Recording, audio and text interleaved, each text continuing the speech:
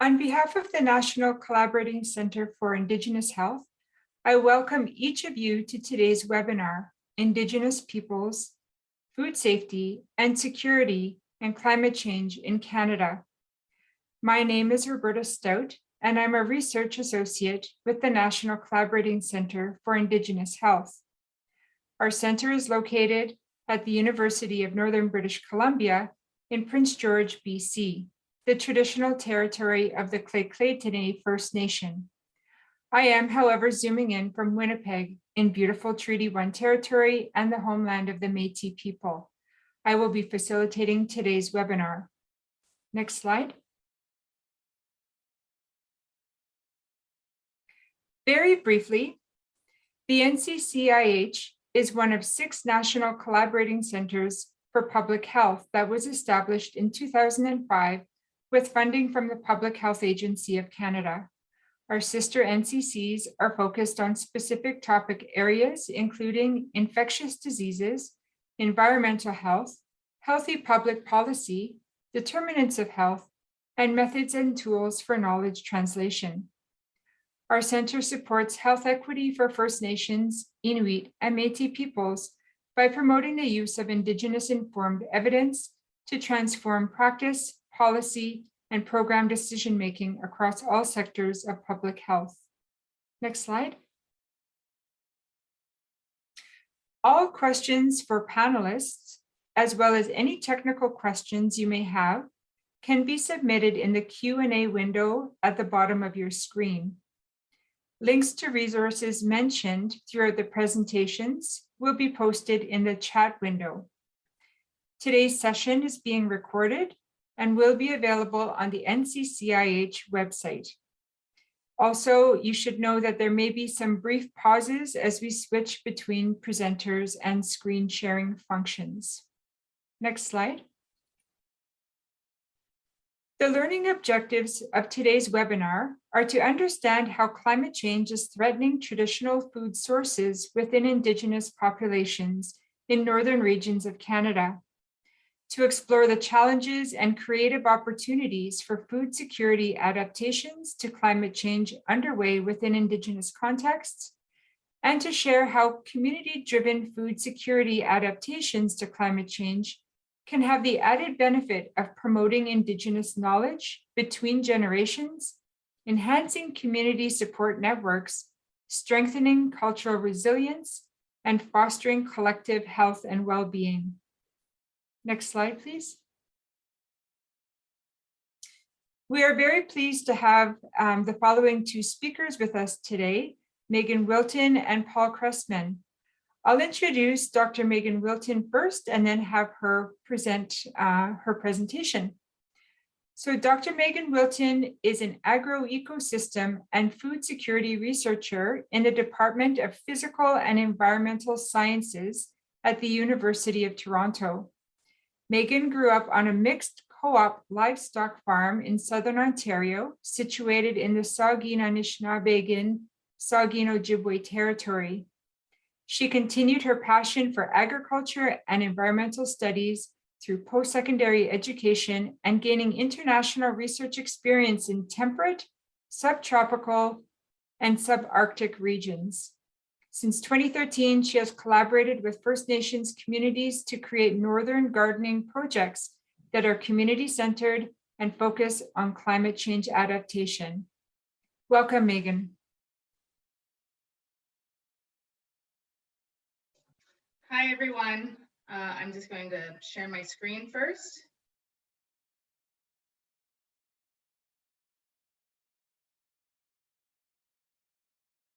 All right.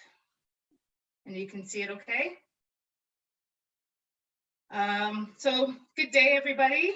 And first of all, thank you, Roberta, for the introduction. And I would also thank Roberta and the NCCIH for inviting me to be a part of this presentation and share my experience on subarctic gardening, as this has become quite a passion of mine. Currently, I'm calling in from and living in the city of Waterloo, Ontario, which is situated on the Haldimand Tract of the traditional territory of the Neutral, Anishinaabe, and the Haudenosaunee peoples. I truly appreciate being able to live here. Today, I will share some strategies that we have used to enhance food production in the subarctic First Nation of Fort Albany. I started working in Fort Albany in 2013 as a research assistant, as I had a background in agriculture and climate change mitigation. And my first trip to Fort Albany was a very enlightening experience, and I absolutely fell in love with the community. And I wanted to continue and extend this research project into a long-term project or a program.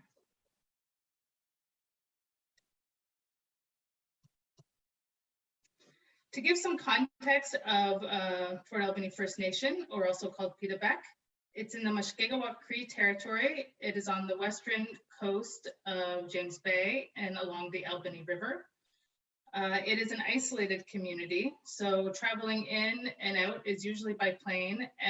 However, people use the rivers to travel by shallow boat crafts, and they have a seasonal, they use a seasonal ice road that runs between roughly around January to March. And this ice road is a lifeline for communities within the region, as it provides food, non-perishable foods, as well as fuel, machinery, and infrastructure supplies. During the other months of the year, most supplies have to be shipped in by plane, and this can be fairly costly. And this is also relates to some of the high costs of food, and fresh food having to go that long transport, it makes it more vulnerable to spoilage. And this is an issue for many of the 1,200 residents of Fort Albany, as many rely on the imported foods.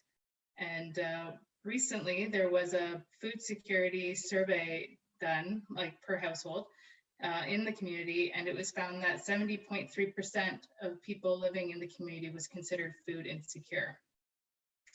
So our research team has been partnering with Fort Albany First Nation for over 30 years, working on projects related to environment and health, and this includes food security. And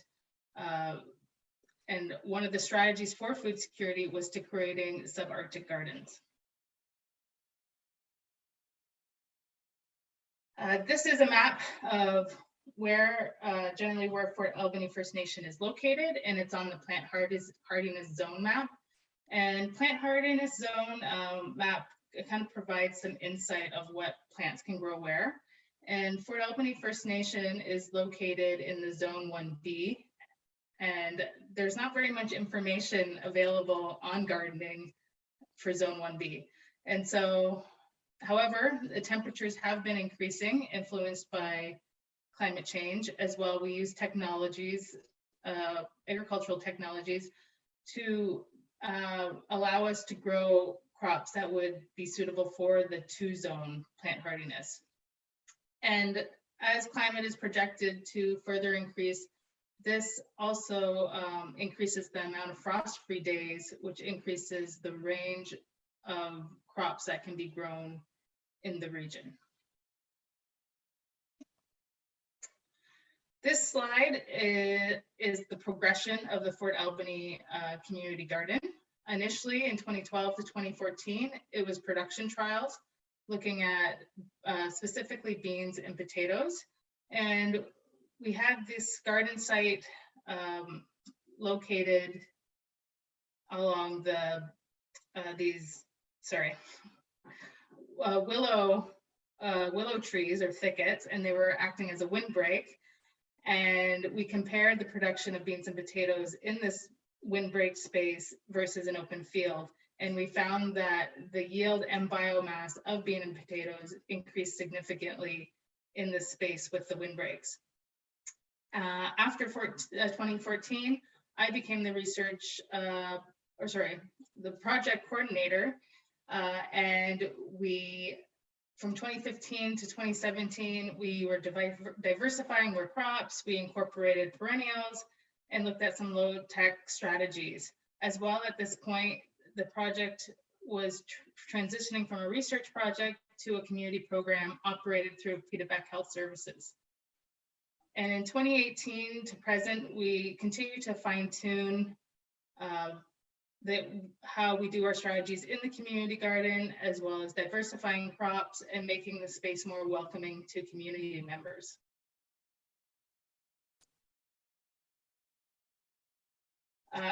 One of the main goals with the Northern Gardening is to utilize techniques that are regionally suitable. And this includes consideration of culture, the socio-economic context, and the environmental conditions. And in order to have technologies that are suitable for the region, it's very important that they harmonize with Indigenous knowledge and the land-based activities that are occurring in the region. So today I will go through the strategies by theme of building up garden capacity, enhancing garden environment, and supporting community outreach. So the first thing with building up garden capacity is finding a site and doing an assessment. And so we worked with the Fort Albany Band to find a suitable location. And this included looking at the community and site history along with other perimeters. And one of the key features for this site, other than the windbreaks, is that there was a road, so it's easily accessed to community members. And there is a lake nearby that we could use as a water source. Another very important aspect to assessing sites for gardening is doing a soil contaminant analysis to ensure that the soil is safe for agricultural use. Next is collecting supplies. The far north of Canada has very limited agricultural infrastructure. And so supplies have to be brought up, and that can be a challenge or relate to costs. So first, we look at what materials are available locally and utilize that in the garden and see where it can be used in the garden. And then we bring in supplies. We've been adding supplies over time per growing season. We plan early, we get the supplies on the ice road to reduce economical costs, and we have the supplies available by May and June, so the supplies will be available by May and June. And another consideration when bringing in supplies is where they're going to be stored. And we found and recommend using shipping containers or sea cans, as they work pretty great.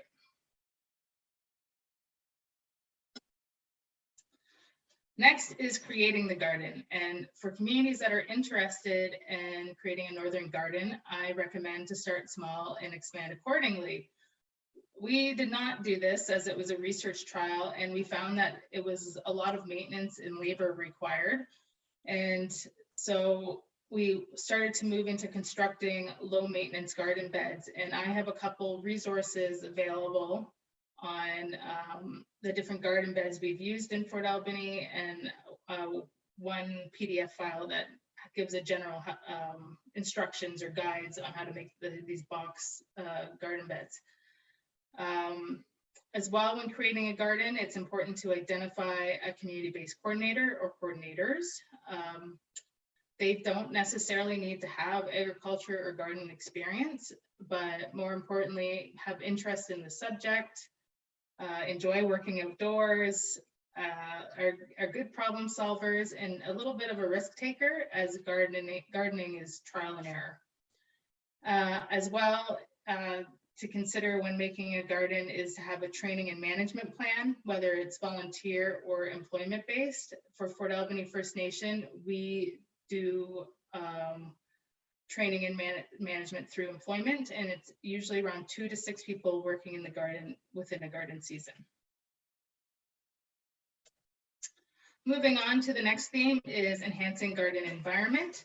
We had, at the beginning, we really had a focus on enhancing the climate for crop growth. And so I spoke a little bit about windbreaks, and they do help slightly warm up the space. as well as they reduce the amount of cool and high winds coming into the space, which can be fairly damaging to crops, these high winds. Also, we've added low tunnels, which are like mini seasonal greenhouses, and we like to use those for growing carrots. As well, we have horticultural black tarp. This helps increase the soil temperatures early in the season to help with plant establishment. As well, the black horticultural tarp helps reduce the amount of weeding required. As well, we have raised beds at varying heights, and they also increase the temperature during the main growing season. It improves drainage for crops that don't really like wet feet. And the height of the beds make weeding and maintenance easier as there's less strain and bending down. And we started to use high tunnels, either bought or made, and this helps extend the growing season. As well, with enhancing the garden environment is expanding the diversity of the crops. So we started with just beans and potatoes, and now we have about 27 different crops growing in the garden. I have a resource available of the list of crops that we've grown at the site. We look for crops that have tolerance to cold weather, that mature fairly quickly. A lot of it's trial and error. We also grow crops that are requested by community members or crops that complement traditional foods such as moose stew. And we look at crops that currently existed and or were historically cultivated. As well, we look at new crops and climate adaptable crops. So for instance, bok choy has grown really well in Fort Albany. We've had a few times successes with zucchinis, and we've been growing some flowers. We had this dwarf sunflower. Usually they never bloomed in time. In this past season, it bloomed in August, and it was pretty amazing to see. Another part of enhancing the garden environment is managing soil fertility. We still have challenges with managing soil fertility, as northern soils tend to have low available nutrients. For Fort Albany, for instance, it has sufficient nitrogen. However, there's low availability of phosphorus and potassium. So to improve the soil conditions for plant growth, we have created local compost, and we use an Actium pot composter, that's a batch composter. And I have a resource available for this as well. And we put the organic matter in this drum of this composter and either import it, both imported and local.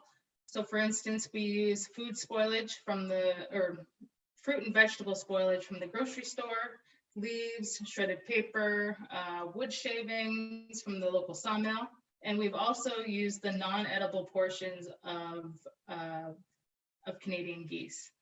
And so this composter was originally manufactured for poultry producers. And so we've utilized it along with our Share the Harvest Geese program. So the non-edible portions, such as the head, the feet, and feathers, went into the composter, and we tested the compost. It was good to be used. And then we also collected the bones and we ground them to make local bone meal to help with phosphorus in the soil. Moving on to the next theme is support community outreach. We have community and training in the community garden. As well, we hold events. One of the most popular events is a harvest event that occurs in October, where community members can come and harvest what they like. We also host school and youth group field trips.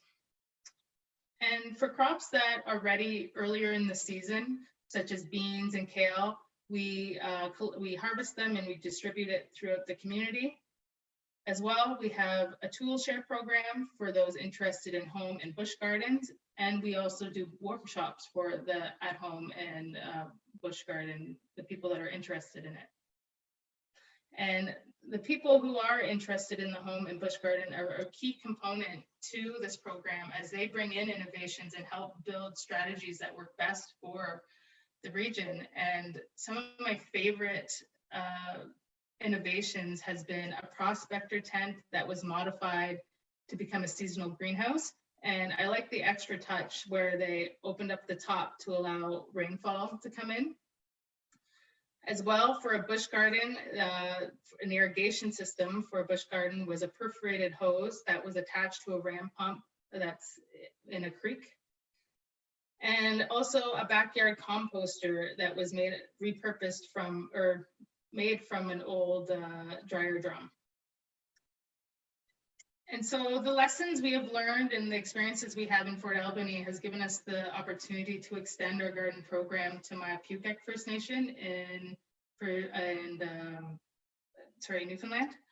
And they broke ground in October 19th, and they've had 2 growing seasons so far. Thank you for listening. And at this time, I'd like to acknowledge our funders, CIHR, and the Climate Change and Health Adaptation Program, as well as the academic institution that our research team is affiliated with. And a special thanks goes to Peterbeck Health Services and the community of Fort Albany First Nation, and Con River Health and Social Services and the community of Mapubec First Nation. Miigwech.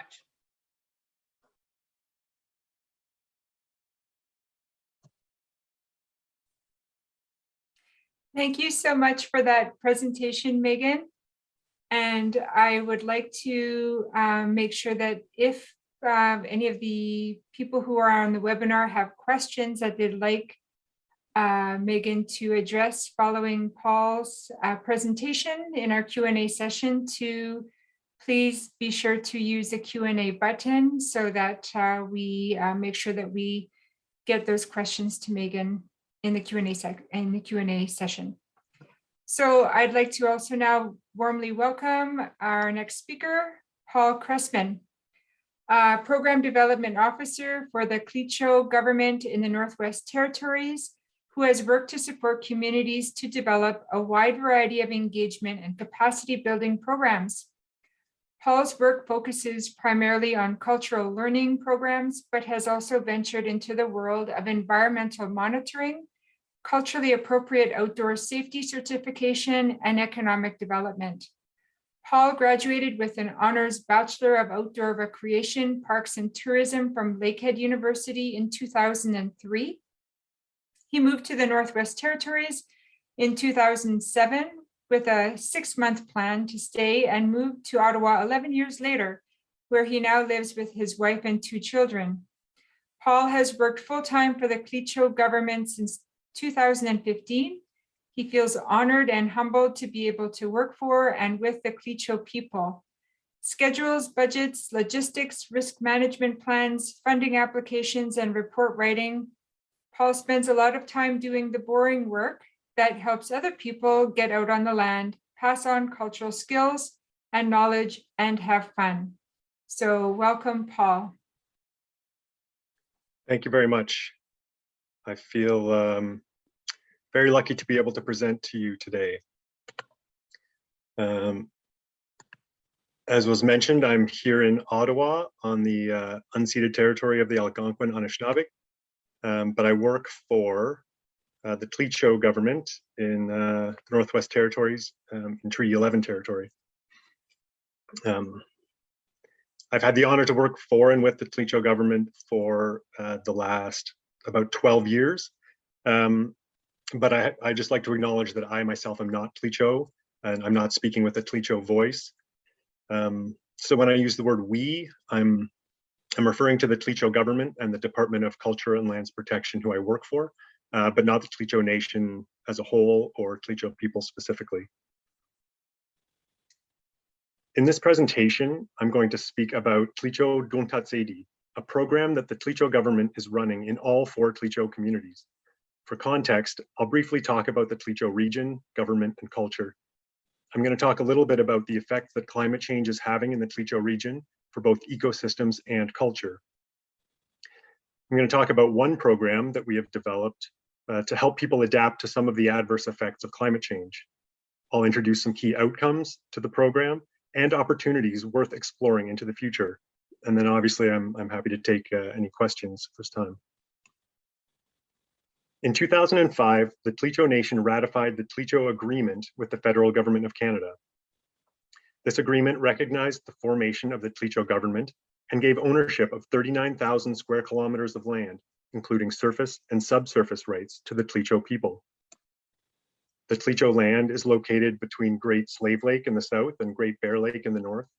It's comprised of 4 distinct communities: Wati, Wekwati, Gamati, and Beshiko. Beshiko and Wati are accessible by all-season road, but Gamati and Wekwati are accessible by air or canoe in the summertime, and a short ice road season, in the winter. As is the case all across the north, climate change is being felt in the Tlicho region.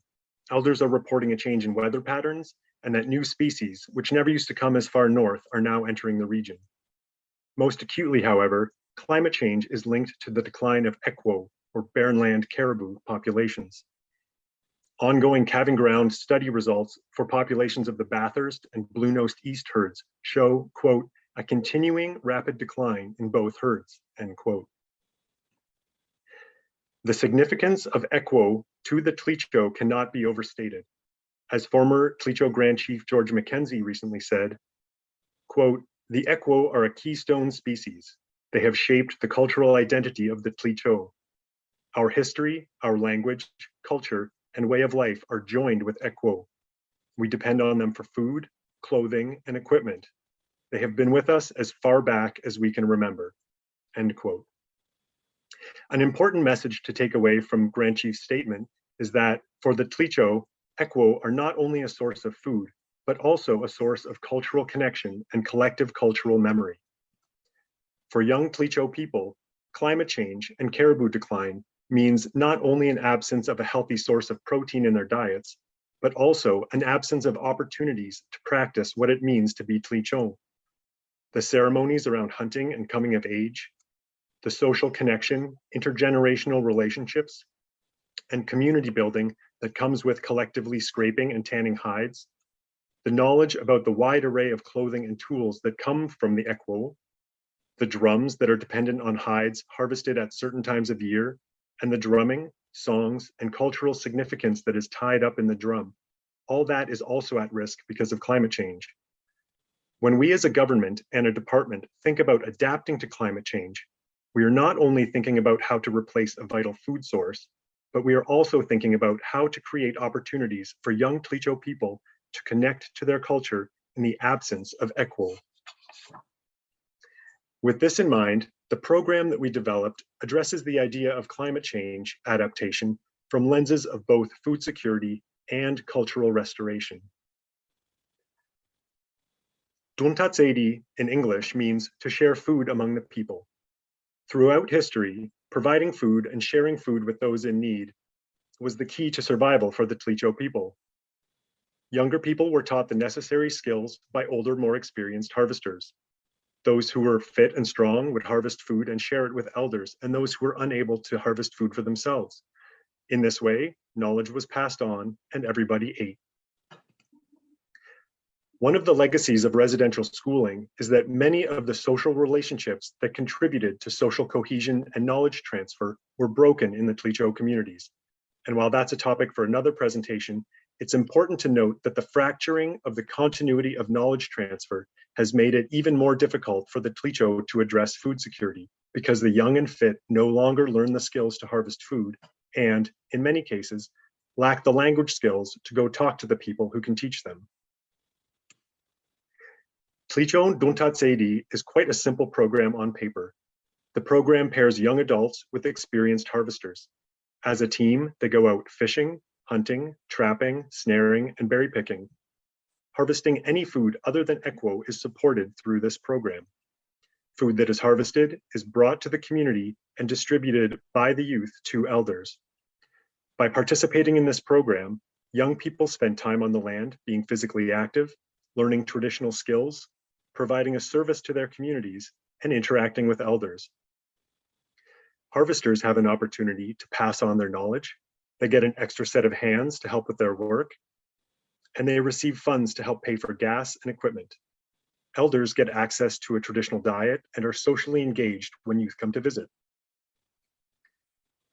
If you give a man a fish, the saying goes, you feed him for a day. If you teach a man to fish, it continues, you feed him for a lifetime. Now, if, however, in that saying, the you is a Tlicho youth and the man is a Tlicho elder, now the saying starts, if a Tlicho youth gives a Tlicho elder a fish. Well, in the Tlicho communities, when youth bring fish to elders, the chances are good that the young person will be invited in for tea, in which case they will definitely sit down and listen to stories, hear their language, learn about significant place names, and start to learn about the ancient knowledge that builds real cultural resilience, pride, identity, and respect. By teaching their young people to fish, the Tlicho are starting to rebuild age-old cultural knowledge systems that have been systematically eroded by colonialism for more than 2 centuries. In practical terms, this program feeds elders, but more than that, it nourishes youth physically, emotionally, and spiritually, and teaches them skills that they can use for a lifetime. Through this simple process, the Tlicho are adapting to climate change by rebuilding systems of knowledge transfer. Tlicho Duntatsedi is using old knowledge to address a relatively new problem. This program supports youth to go on the land and harvest food. While on the land, the youth are making empirical observations about the natural environment they encounter. Working alongside experienced harvesters means that what they are seeing can be contextualized with the harvesters' own experiences over the past few decades. Creating opportunities for youth to talk with elders means that their experiences and observations can be compared to an elder's lifetime of observation, as well as stories that speak to environmental observation and monitoring over centuries. The opportunities to gather anecdotal measures of change through this program are significant. At this point, Tlicho Duntatsedi is working towards knowledge gathering. However, in the future, the information collected can be used in partnership with other governments to help inform environmental planning and policy development. The Barrenland caribou populations that have sustained the Tlicho for millennia are declining, and there's a very real possibility that the herds may never return to the numbers where sustainable harvesting is ecologically possible. Adapting to climate change and this new reality from a food security perspective means using ancient knowledge to revitalize the use of fisheries and small game harvesting activities that have proven to be effective and sustainable over many centuries. At this point in time, at least, these fisheries and small game populations are not showing signs of rapid change compared with equul. We have seen that by supporting harvesters to do what they do best, this program can provide significant amounts of healthy food to the communities while actively monitoring the health of the land, fish, and wildlife populations. At the outset of Tlicho Duntatsedi, we asked youth, harvesters, and elders what success would look like in this program. We did not hear that success would be measured in pounds of food harvested and distributed. Instead, we heard that success would be measured in the relationships that were made, the knowledge that was transferred, and the social engagement of multiple generations through this program. Furthermore, from both scientific study and general observation, we know that more time on the land, more exposure to cultural activities, and more youth elder engagement equals improved health outcomes, cultural resilience, and skill development that will enable communities to better adapt to climate change moving forward. Despite the COVID-19 pandemic, Tlicho Duntatsedi is currently running in all 4 communities. We've needed to modify things a bit, and we now have family groups harvesting together and distributing food with public health measures in place. But still, many people are actively harvesting food for their communities in the Tlicho region as I speak. Through this program over the last few years, we have harvested and distributed roughly 5,000 kilograms or 11,000 pounds of fish and meat to community elders, and those numbers are growing literally every day right now. Yes, this program can help communities adapt to climate change. Yes, it can provide data that can inform environmental policy. Yes, it can help start addressing food security issues. And this is in part what reconciliation looks like. This is empowering Indigenous communities to rebuild knowledge transfer systems and therefore cultural resilience. This is honoring the deep ecological knowledge of both male and female elders. This is supporting communities to find and implement solutions that make sense for them. We've been fortunate enough to receive funding for this program through both federal and territorial governments. Supporting programs like this are examples of reconciliation in action. It is the right thing to do and an effective way to do it. Undeniably, climate change is threatening food security, culture, and way of life for the Tlicho. What the Tlicho have to combat this, their secret weapon, if you will, is the intimate knowledge of the land, animals, and plants that have sustained them and been passed down for millennia.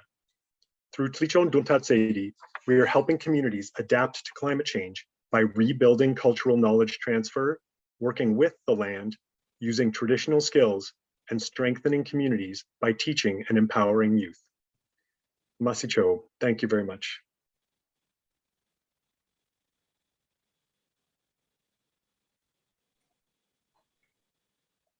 Thank you so much, Paul, for that presentation. And again, we invite any questions that people have on that presentation to put them into the Q&A box at the bottom of your screen.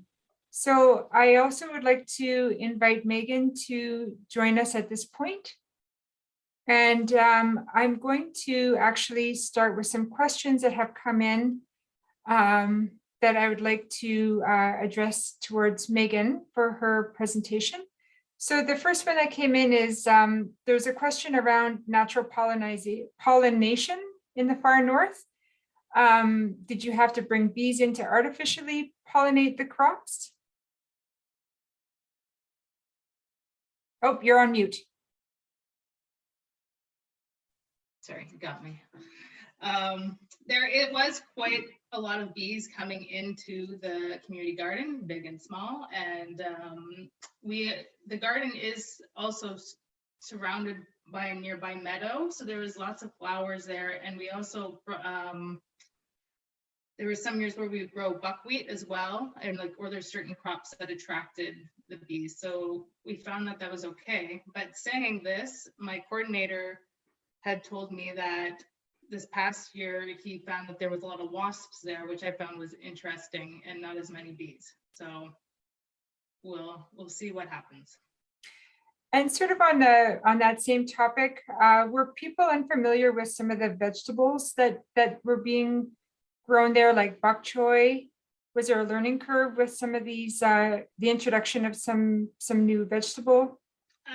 Yes, in the early years of the project, that was kind of a bit of a learning curve, but at the same time, there was an expansion of a food market that was locally run that occurs around 2 times a month. It's expanded since then, and I think that helped bring awareness to other like fresh local foods or fresh foods in general, and also with the Kukik Health Services programs.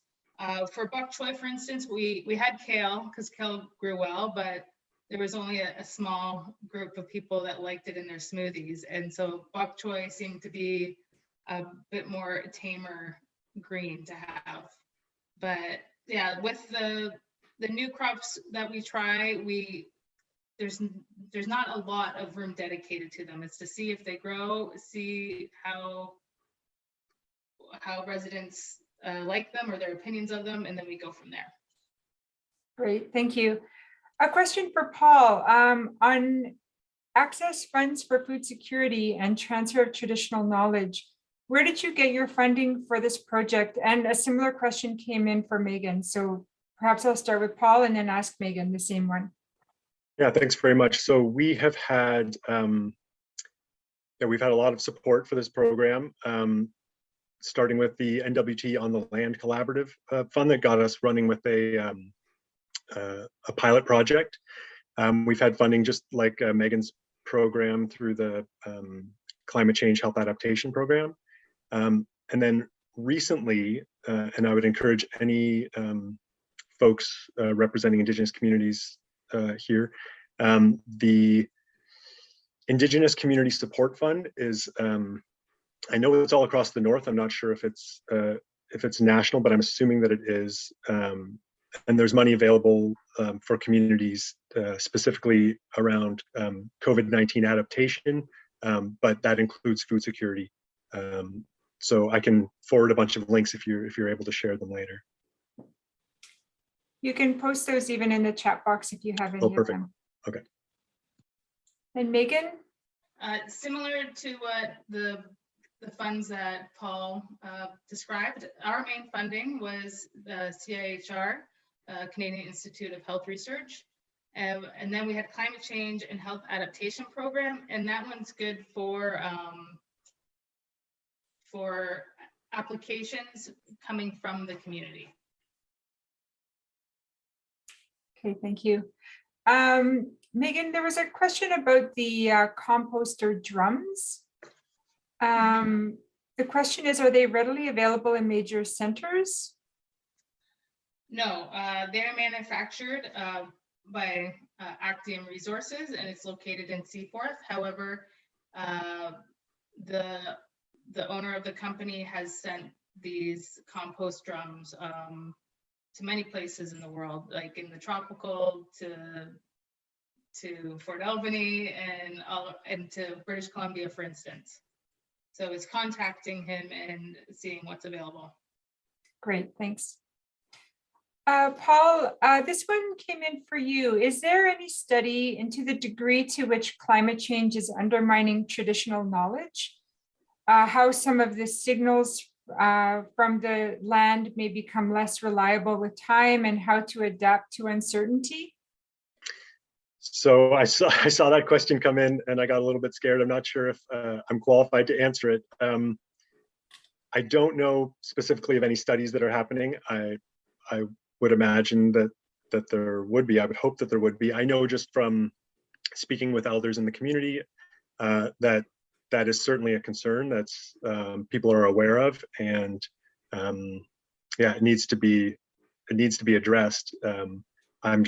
I feel unqualified to speak to it, but I really appreciate the question. It's a big question, big concern.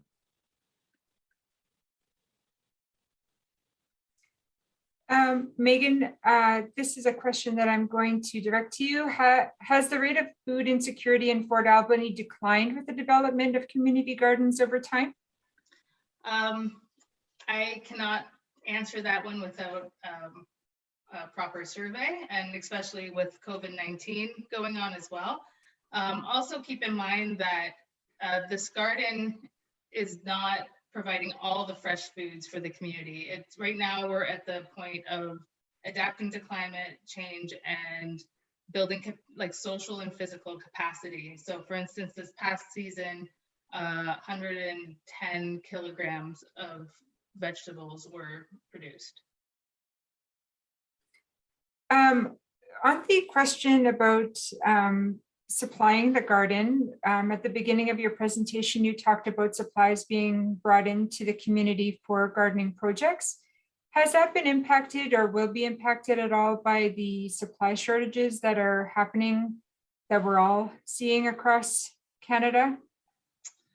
For Fort Albany, in a sense, we were lucky as we've already built up our supply capacity. So now when I bring up supplies, it's fairly minor compared to before. So we did see a lumber increase, and that affected other projects, but not the garden project. But that was also same with my Kukik First Nation. We had bought the lumber the previous years, and so we didn't have to worry about the cost. But if another community was to start and chose to use untreated lumber that was bought, that would be an issue. Other than we've had some supplies issues, but we got really lucky on the most part. Sorry, I'm trying to think of, yeah, I was just trying to order early. There's just a bit more stress of making sure you have everything months beforehand, before the growing season. So this is a question that I'll direct to each of you. Have you seen an increase in interest in food security projects during the pandemic? and among community members. So maybe Paul, I'll start with you with that question. So yeah, the answer is yes. There's been a big demand.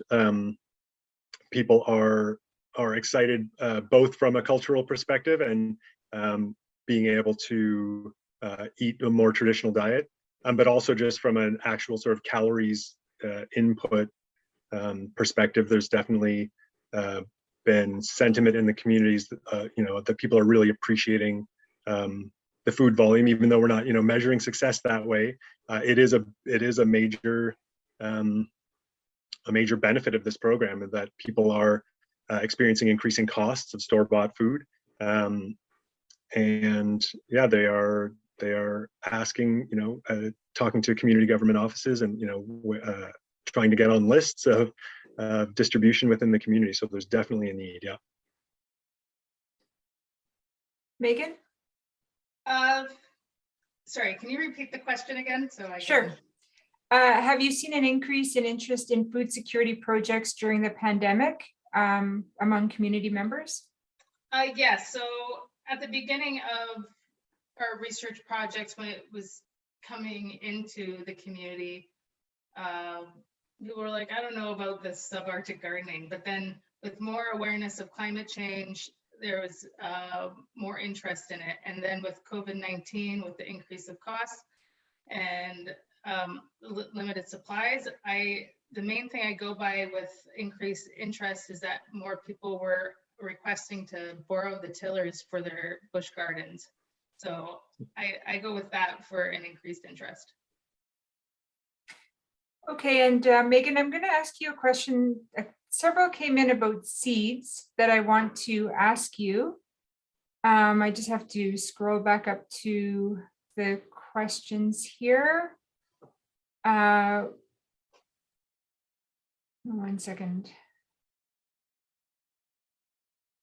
Okay, so I'm going to ask the first of 3, but they're all tied into seeds. So have people tried starting seeds indoors to help extend the growing season in the gardens that you're working with?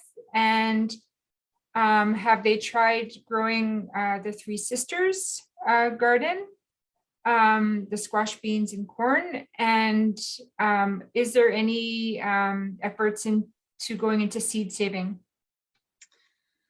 So yes, people have started growing indoors. It's more people with a little bit more experience of gardening or a bit of the risk takers, but they would start pepper plants, for instance, and tomatoes, and then they would have them in pots once they're more mature and can be outside. And if there's a cold evening, they bring them inside to be protected from the cold. So yeah, there's some seed starters. As well with seed saving, I would like to, that's in our future plans. We've just started to work with training on collecting seeds because that would help create seeds that are more suitable for the region. And what was the third? Seed saving. Oh, sorry, the second one? The corns, beans, and squash, the Three Sisters, the Three sorry. Sisters. So we grow beans, we grow squash, we've done intercropping practices. Corn, we've tried, but it's it grows about this tall right now. So we could probably give it another go. We tried that a few years ago, but it would be very nice to do the Three Sisters. In Mabukek First Nation, we are doing the Three Sisters this upcoming year, and they have an outdoor classroom, and we're going to have plots with that. Okay, and in the communities that you work with, were any of them already doing any traditional gardening? Mabukek, there's people that have done some traditional gardening.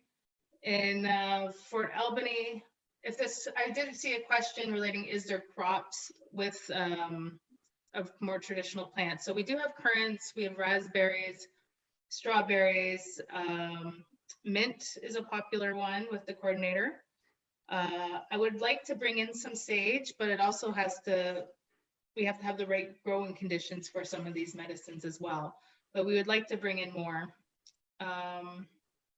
And then with the Kukik First Nation, we have sweetgrass growing and sage and different berries as well.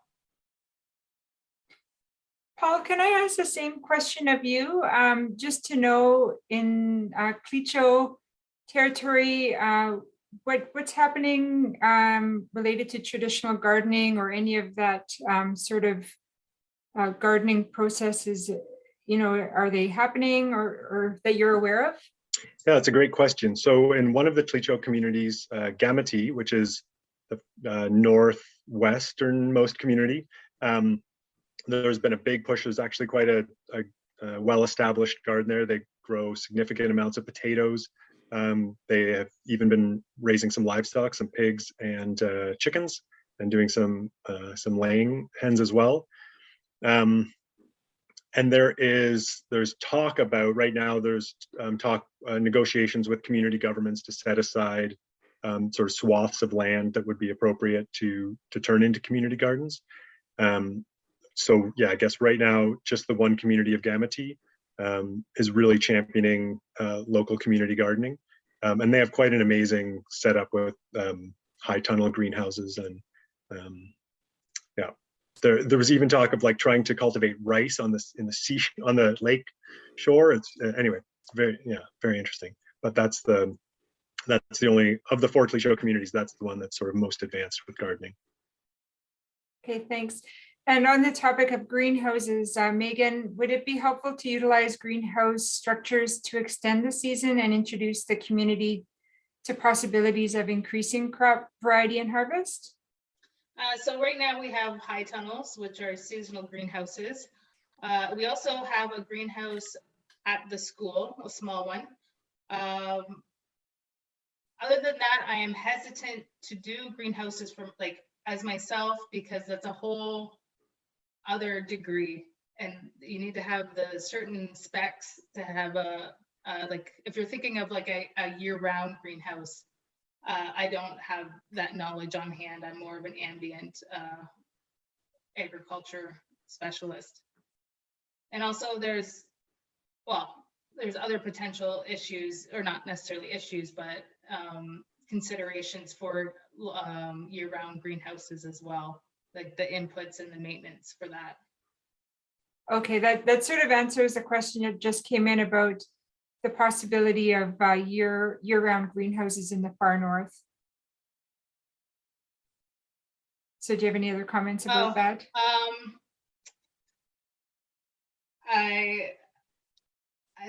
That's not my specialty. It would be great if somebody with a specialty came in and they know because we're on the Mushkegowuk lowlands, so there's you have to consider like the freeze and thaw, and yeah, that's not my specialty. Thanks. Paul, do you know if there are any other research projects being done that are looking at the relationship between Indigenous youth, culture, and mental health? Yeah, I was actually just digging through my files here. I know that there's research around like cultural resilience and identity and how that relates to mental health as well as physical health.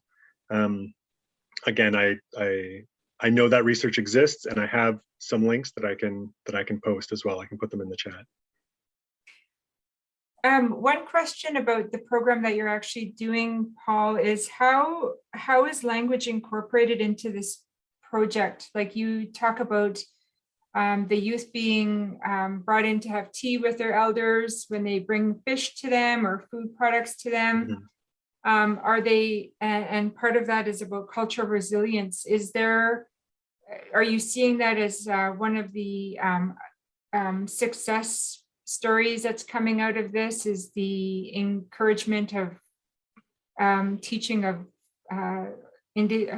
Indigenous languages through that program? Yeah, so we don't have a formal language component, but it certainly is happening organically as people just get together and spend time together. There's often, if harvesters come with the youth to join the elders, then there's often some translation. that happens, and people picking up place names and even sort of anatomy of the fish and other animals that are brought in. Berries and traditional medicine as well is included in that. So yeah, the language learning is happening. It's happening organically, and we aren't really measuring it, but I just anecdotally can tell you that those kinds of things are happening. Yeah. Great. I just have to keep flipping through questions and making sure I'm not asking the same ones over and over again. But I just want to follow up with something that Lee Lytle has posted about the Mattawa Eco Farm has done well using eco domes to extend the growing season. So just to put that out there, that I've heard, and I've talked with the group too. Great. Okay, so have there been any connections with federal government, National School Food Program? If either of you know, how has this funding been allocated for culturally appropriately for Indigenous and First Nations community school food programs? So maybe Paul, I'll ask you that. So you were talking about the distribution of the foods. Has any of that been incorporated into school food programming?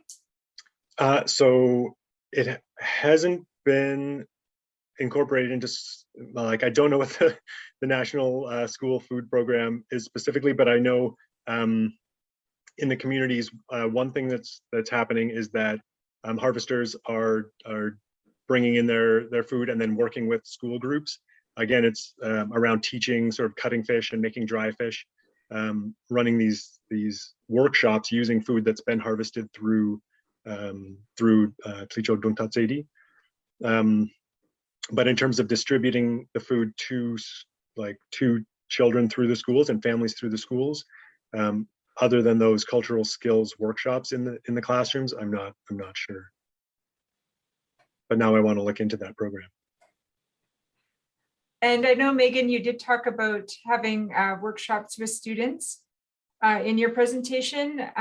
Does any of the food that is harvested get brought into the school system at all for food programs? During the school event, they do harvest it and they take it home. We do have seed planting workshops working with the school. Also, the greenhouse that is related, that's right beside the school as well. I'm thinking of what else. We have a light system so so students can watch plants grow, and we put in an arrow garden system, a small one, at the nutrition class. And we're also working on lesson plans that relate to gardening and composting that fits the region. Okay, thank you. And we just had two other comments come in about other growing units. So the Anishinaabe Nation have had some of our communities purchase grocer units, and they're working well for year-round production. So that just also answers that as well. The Green Igloo is another company that can be looked at for growing in the north. Mm-hmm. So thank you for those comments. Megan, are there traditional food preservation methods being used to store food from the garden for the winter season, or have new techniques been taught, such as drying, canning, that will prolong the shelf life of vegetables? And I would also direct this to Paul with the meat that is being stored. So I'll start with you, Megan. When it comes to vegetables, what we grow is usually eaten before it's stored. I think there's been a couple that have stored potatoes over the season in turnips. We in my Kukik First Nation, we just fit in. This isn't traditional, well, per se, but it's a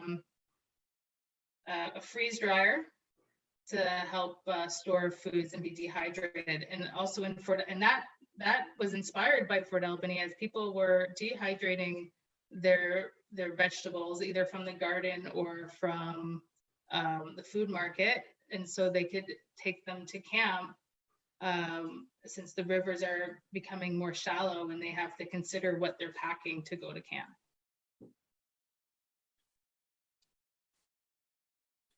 And for our program, definitely drying fish and drying meat is a traditional skill that's heavily used in the communities, and so through the program, people are cutting the fish, making dry fish, smoking them, preserving the meat and fish in various ways as well to make it last as long as possible. Thank you. Do either of you have any recommendations or suggestions for establishing similar programs in urban settings, especially in the context of limited space or no treaties? Good question. I guess with gardening, if there's limited space, like if you can find a space that can have community gardens, there's many cities with community gardens, but other than that, it would maybe create a group where you have at-home gardens, but you guys work together on finding crops out, doing crops and tips and trial and error. But that's a very good question. Yeah, I agree. It's a good question and a tough question. I think in terms of cultural learning programs, certainly if you can, like, who are the champions in your community? Who are the elders that have that knowledge to share, and what are the skills that they want to pass on? And then it's a matter of finding the space and raising some funds.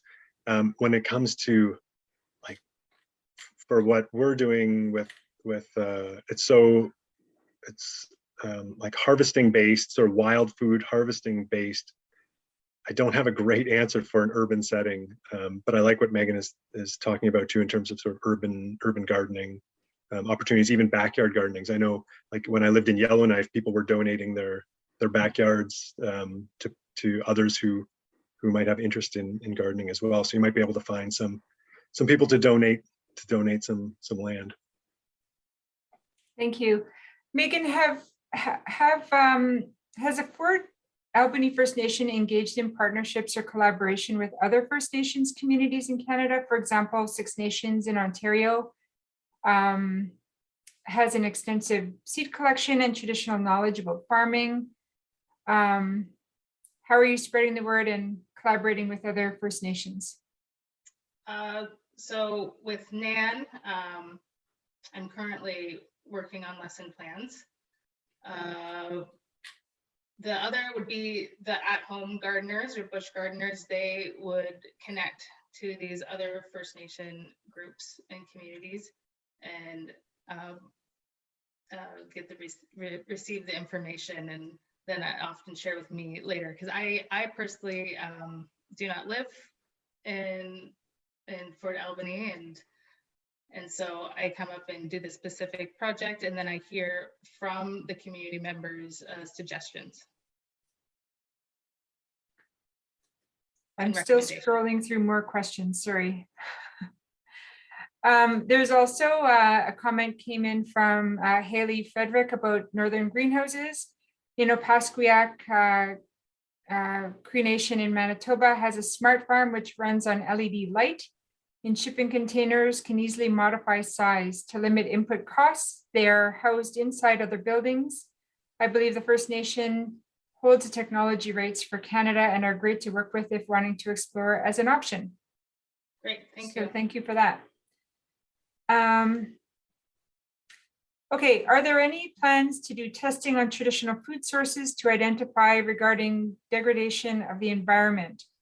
So water contamination of fish or wasting disease of deer, any infectious diseases or illnesses that might be associated with meat. So how about I ask Paul that question? Sure, yeah, so in the Tlicho region, there are programs for fish sampling, sediment sampling, water sampling, in and around the communities, but then also fish sampling in more remote locations. That also has to do with mineral development that is happening in the region. So it's sort of monitoring potential contaminants that are known to be there from industrial practices. But certainly, yeah, climate change is I feel confident saying that it's also contributing to increased contamination. So yes, it's happening not directly through this program that I'm speaking about, but it's definitely a concern that's being looked at up north. Megan, did you have any comments on that at all? Our research group has also tested fish and wildlife for contaminants as well. That is a major component to our garden program when we test for soil, is to make sure that there's no contaminants, and we look for heavy metals, PCBs, and other pesticides that aren't great for human health. Okay, thanks. There's a question that came in for both of you. At the beginning of the projects, how did you recruit participants or generate interest in them? So if I can just jump in, Tlicho Duntatsedi had originally this idea that the program would target young people who were out of school and unemployed. And so we were looking originally at a very specific demographic. We even actually approached community justice coordinators to see if we could work with people who had community service hours that needed to be sort of court-ordered community service hours, because this program is providing such a great service to the community. And those efforts, there is a population that we targeted and were pretty unsuccessful at bringing in. There was no funding for stipends. Like the young people that we're working with are volunteering their time, and because the cost of living is so high in the north, there was sort of a recognition that we needed to recognize people's time and their contribution above and beyond the skills that they were learning. And so we've had to look for other funding or funding it through the Tlicho government ourselves, to provide us, just a very small stipend to participants. But we've also worked with high schools, and then even social media postings and posters throughout the community. And all of a sudden, then when the program starts, then word of mouth is a big way to spread interest in the programs. But I was interested in how, it was an eye-opening experience, I guess, and a good piece of learning that people's time needs to be respected, even though we're giving people skills.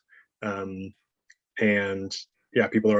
young people are learning, which is great, but it's expensive to live in the north, and everyone's time is valuable as well. Megan, did you want to comment on that? I agree with Paul's last comments. Like, yes, respect people's time and the cost of living in the north. This question is about how there's participation in the program. Just double checking. Our research group, we work with the band, and they bring in interest that they want to see for their community. And gardening, at the time, the chief was interested in subarctic gardening, so that's when we came in. And I think during the production trials, we had to collect actual data. It wasn't as inviting as it could be for communities, which later on when I took over, that was a bigger focus for me.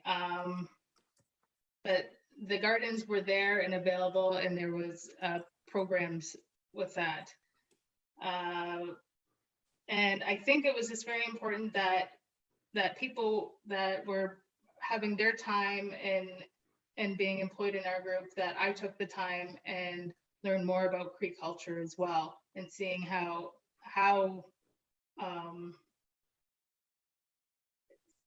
it goes both ways. So I learned as well. Actually, that was and so then that, I think that helped with having the knowledge, and that having this program where it focused on strategies that utilized techniques that already existed in the community and connected to gardening helped.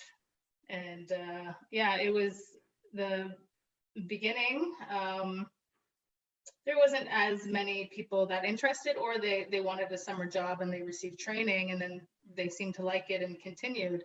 And now it's expanded more, and and I guess in respect with COVID-19, since I wasn't able to go up there, our coordinator, there was a bit of a learning curve that, like, I used to go up there for over a month to help with the preps, and then I couldn't. And so he had to ensure to do the training and the gardening as well. And I think overall that ended up being a good thing. So Paul, I see that you're answering one of the questions. I'm going to ask it so that everybody can hear the answer. Are there plans to record the teachings of the elders to the youth? Oh, it's now moved up. Hang on.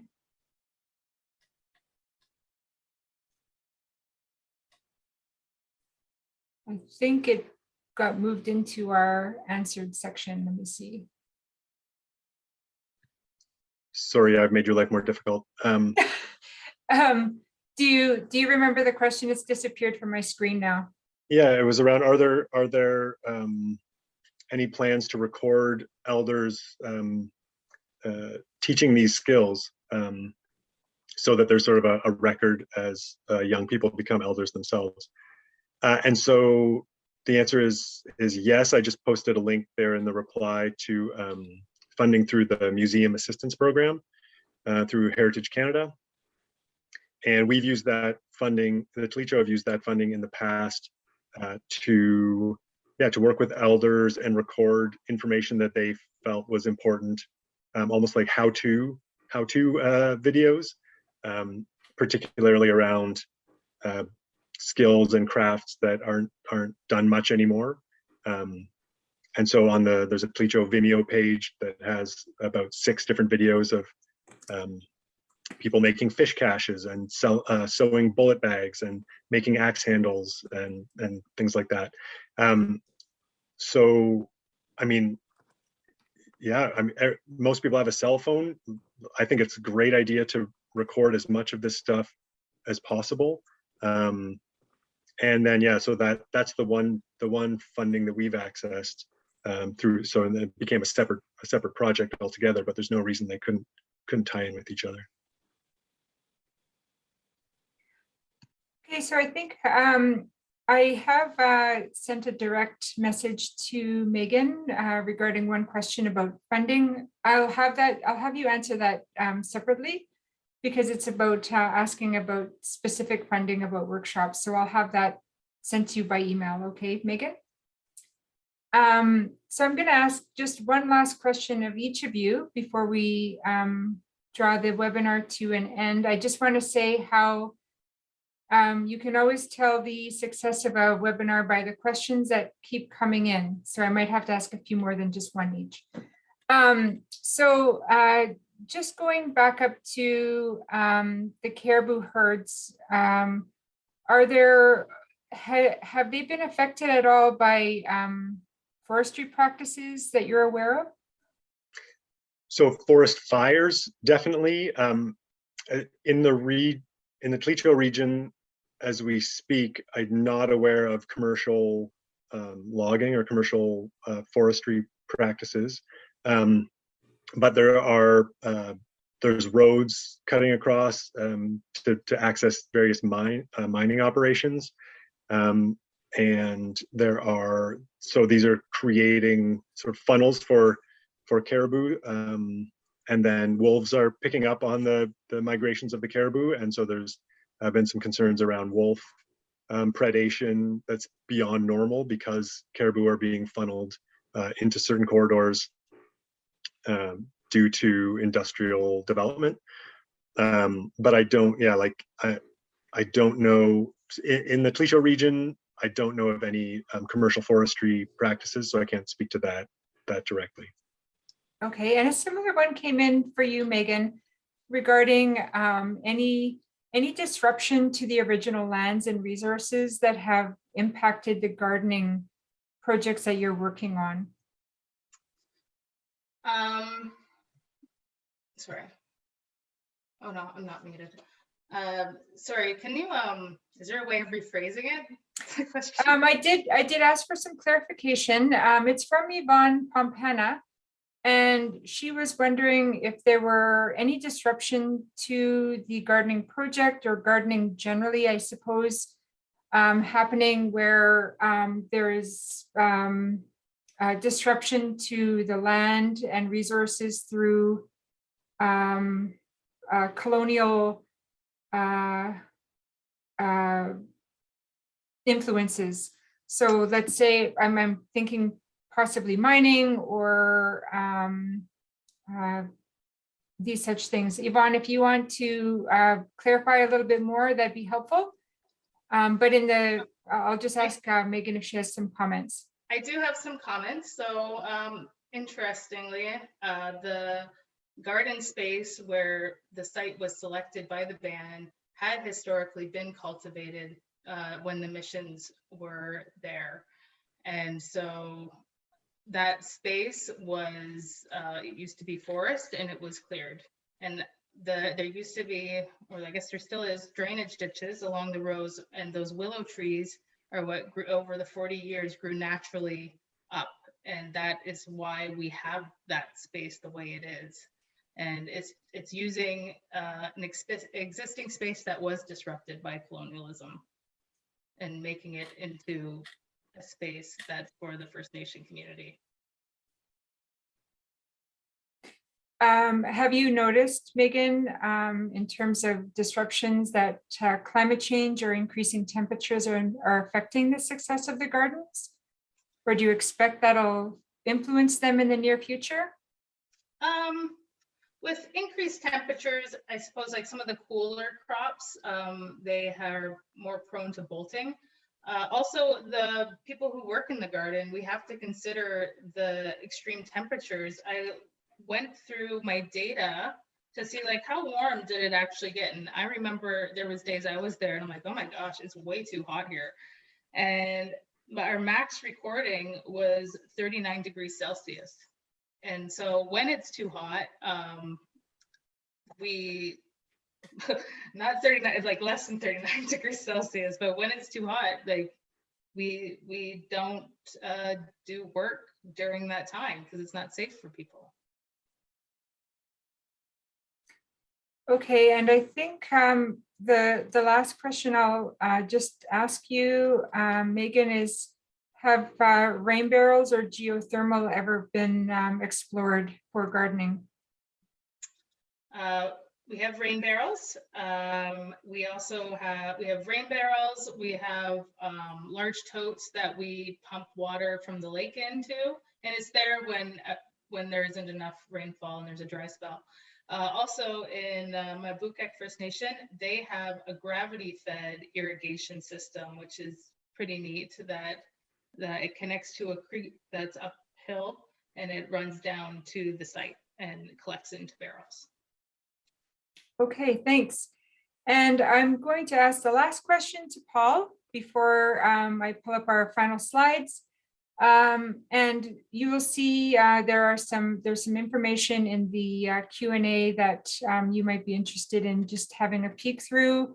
I'll get Stefan to maybe copy and paste some of that information into an email that we can send off to you too. Okay, so Paul, has the NWT local food strategy benefited your work in any way? Have you considered linking youth with virtual trades programs and nearby locals to developing trade skills apprenticeship programs? This could be used to develop the human infrastructure in the community that is needed to develop culturally respectable food innovation and infrastructure. So yes, great question. The NWT local food strategy, I haven't connected with them at all. So I guess the answer is no. They haven't benefited our work, and we, I guess, haven't benefited their work either. But again, we're all learning here, so I'm going to reach out to them as well.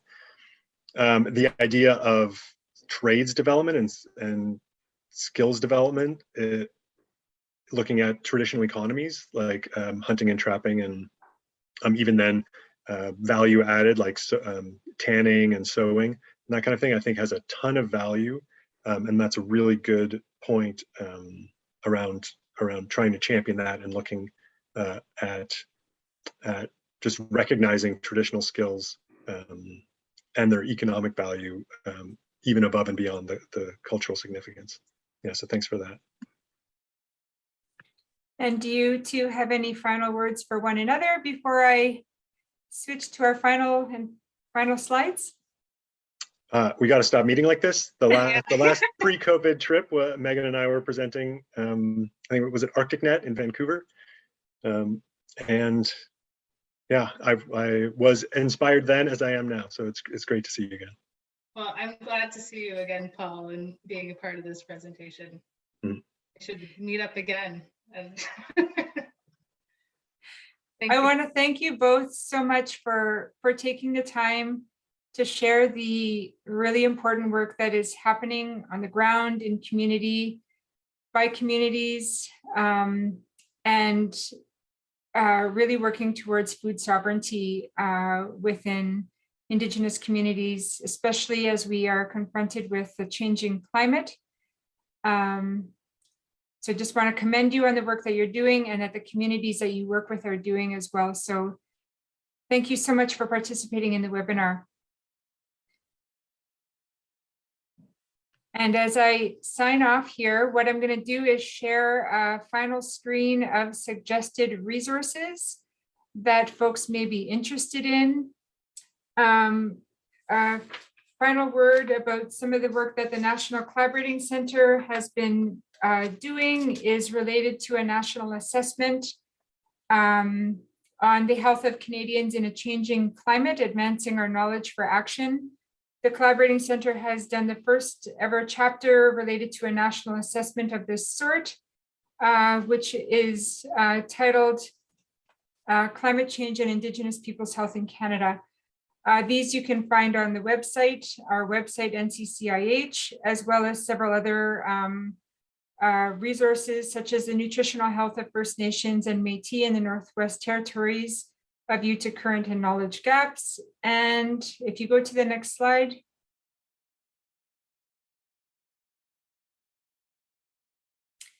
Finally, the National Collaborating Center is currently doing a number of podcasts related to climate change. The first has been uploaded onto our website, which is Drawing on Teachings from the Land to Adapt to Climate Change, with speaker Spencer Greening from the Gitga'at First Nation in Northern British Columbia. We will also be having a webinar on March 10th related to climate change and Indigenous peoples' perspectives on water and how it's being protected and adaptation strategies to protect it. So that is coming up on March 10th. So I'll just go to the final slide, Donna. If you are interested in joining our mailing list, here's the information to do so. So thank you again very much for our speakers. It has been a real pleasure to hear from you and the work that you're doing, and I look forward to collaborating in the future. Thank you so much. And thank you for everybody for joining the webinar today. Bye.